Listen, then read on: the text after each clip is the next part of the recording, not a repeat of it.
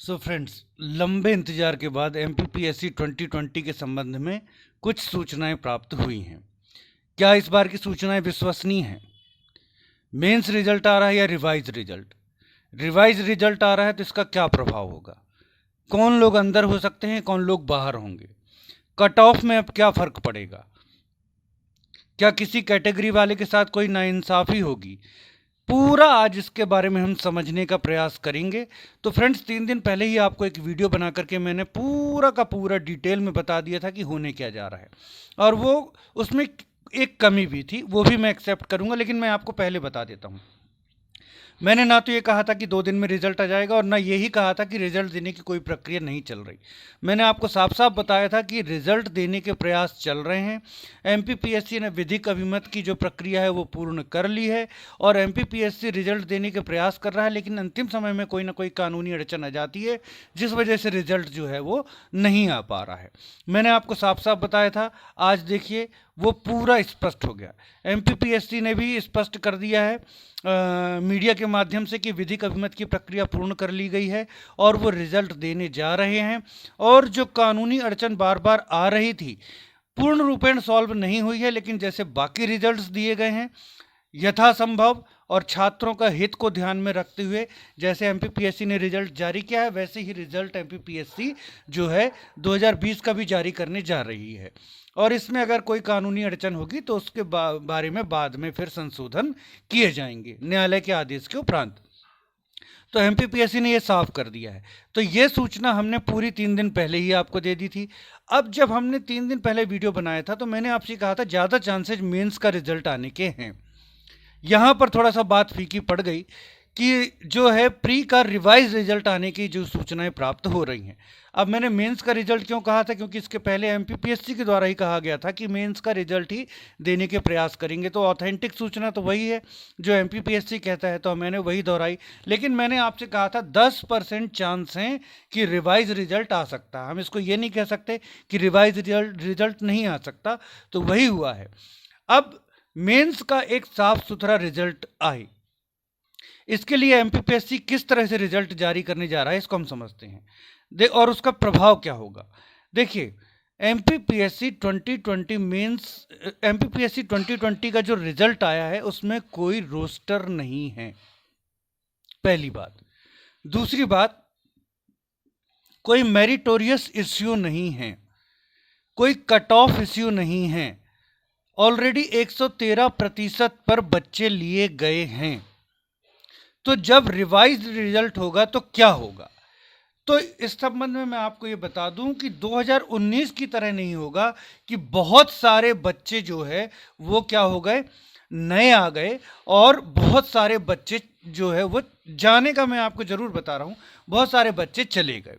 ऐसा नहीं होगा कि मतलब एक बहुत बड़ा परिवर्तन आपको देखने को नहीं मिलेगा, क्योंकि ना कट ऑफ इश्यू है, ना मेरिटोरियस इश्यू है, ना आपका 113% पर पहले ही बच्चे ले लिए गए हैं। तो ये रिजल्ट पूर्णतः रिवाइज्ड रिजल्ट ना होकर के एक रीअरेंज रिजल्ट होगा, क्योंकि देखिए बच्चे 113% पर लिए गए हैं, लेकिन रिजल्ट का आधार 100% पर तैयार है। कहने का मतलब उनको 87 और 13% में कैटेगराइज्ड नहीं किया गया अभी। तो इस जो आपका प्री का रिजल्ट आया था वो फिर से रीअरेंज होगा। रीअरेंज होगा कहने का मतलब 87 13 13 पर उसको अरेंज किया जाएगा। अब ऐसा करने में क्या कुछ और बच्चे शामिल हो सकते हैं? तो एमपीपीएससी की ही जो आज स्पष्टीकरण आया है उसको देखने से पता चलता है कि हाँ, कुछ अतिरिक्त बच्चे शामिल हो सकते हैं, कुछ अतिरिक्त बच्चे शामिल हो सकते हैं। तो लेकिन अगर आप यह सोच रहे हैं कि 2019 की तरह एक बहुत बड़े पैमाने पर परिवर्तन होगा, तो ऐसा नहीं होगा। कुछ नए बच्चे शामिल हो सकते हैं, उनकी संख्या अभी अनुमानित तौर पर कहीं कुछ लोग 300 व्यक्त कर रहे हैं, कुछ लोग ऐसा व्यक्त कर रहे हैं, वो जो भी हो, लेकिन हाँ, कुछ अतिरिक्त बच्चे शामिल हो सकते हैं। अब इस पर हमको क्या करना है, थोड़ा सा अफसोस जाहिर करना है और थोड़ी सी खुशी।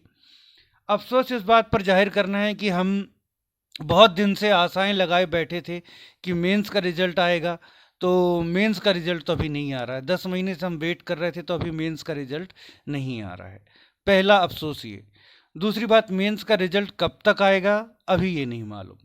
तीसरा अफसोस, हमको एक जो डेडलाइन है या एक लिमिट नहीं बताई गई है कि इतने दिन में ये प्रक्रिया पूर्ण कर ली जाएगी। लेकिन खुशी इस बात की कि जिसके बारे में कुछ व्यक्त ही नहीं हो रहा था, ऐसा लग रहा था कि 2020 का एग्जाम कभी हुआ ही नहीं, उसके बारे में अब एमपीपीएससी ने कोई स्पष्टीकरण दिया और उस प्रक्रिया को आगे बढ़ाते हुए एमपीपीएससी प्रतीत हो रहा है। तो एमपीपीएससी सबसे पहले क्या करने जा रहा है, मेंस का रिजल्ट आ जाए इसके लिए प्री का रिवाइज रिजल्ट देने जा रहा है। रिवाइज रिजल्ट आएगा तो फिर से रिजल्ट प्री का, लेकिन वो रिवाइज्ड से ज़्यादा रीअरेंज्ड होगा। हाँ, उसमें कुछ अतिरिक्त बच्चे हो सकते हैं।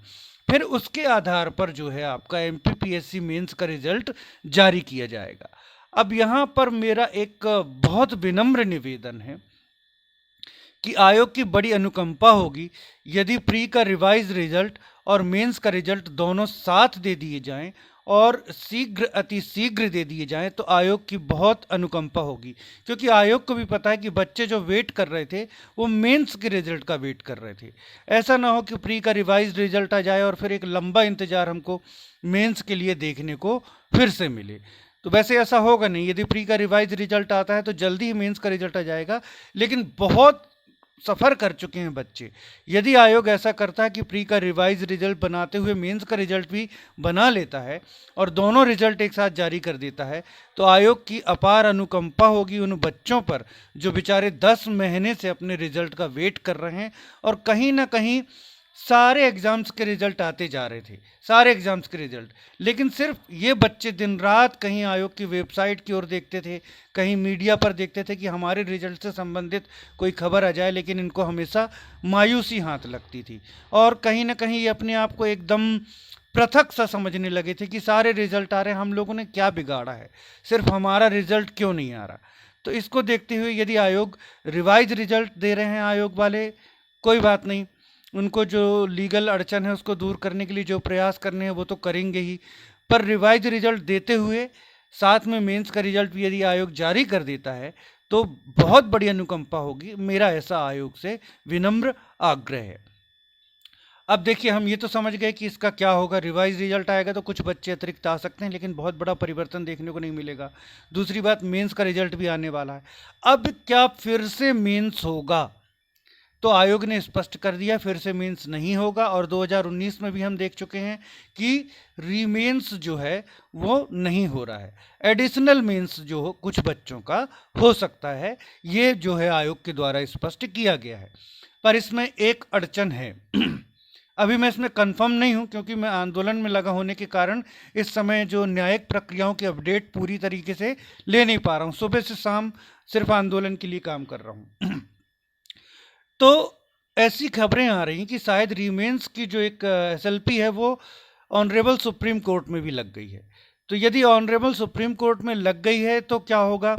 अभी तो आयोग जब तक यदि सुप्रीम कोर्ट का निर्णय नहीं आता तो आयोग स्वतंत्र है एडिशनल मेंस कराने के लिए, क्योंकि तब तक ऑनरेबल हाई कोर्ट के द्वारा जो आदेश दिया गया है वो मान्य होगा।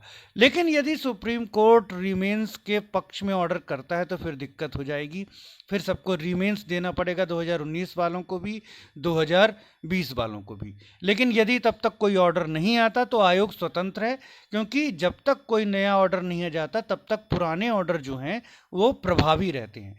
तो अभी जो आपका रीमेंस को काटकर एडिशनल मेंस के पक्ष में जो ऑनरेबल हाई कोर्ट का जजमेंट है वो प्रभावी रहेगा।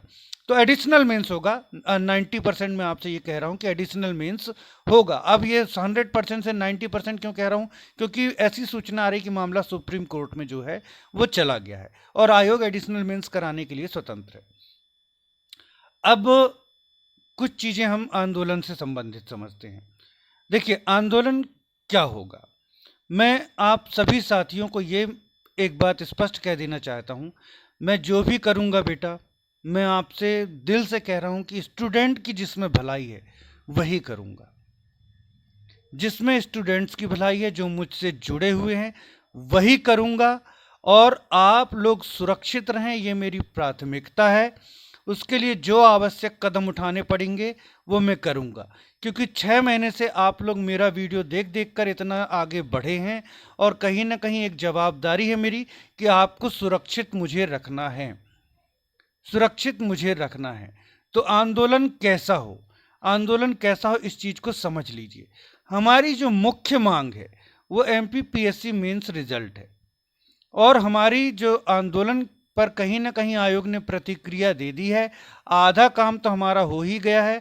आयोग ने 2020 प्रक्रिया को आगे बढ़ा दिया है, रिवाइज रिजल्ट दे रहे हैं, और उन्होंने ये भी कहा है यथाशीघ्र हम मेंस का रिजल्ट देंगे।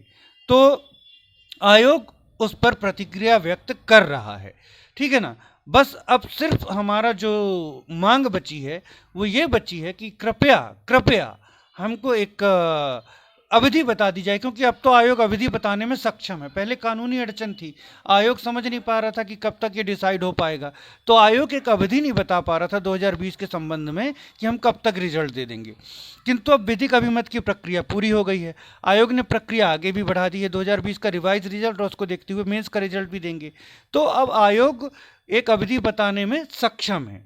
तो आयोग से हमारा विनम्र निवेदन ये रहेगा, सिर्फ और सिर्फ हमारी मांग यही है कि कोई भी अवधि आप जो यथा उचित लगे, आप जिस समय में समझें, शीघ्र जो आपको उचित लगे, जिस समय में आप समर्थ हों, बता दें बच्चों को कि इतनी तारीख तक एमपीपीएससी मेंस का रिजल्ट आ जाएगा।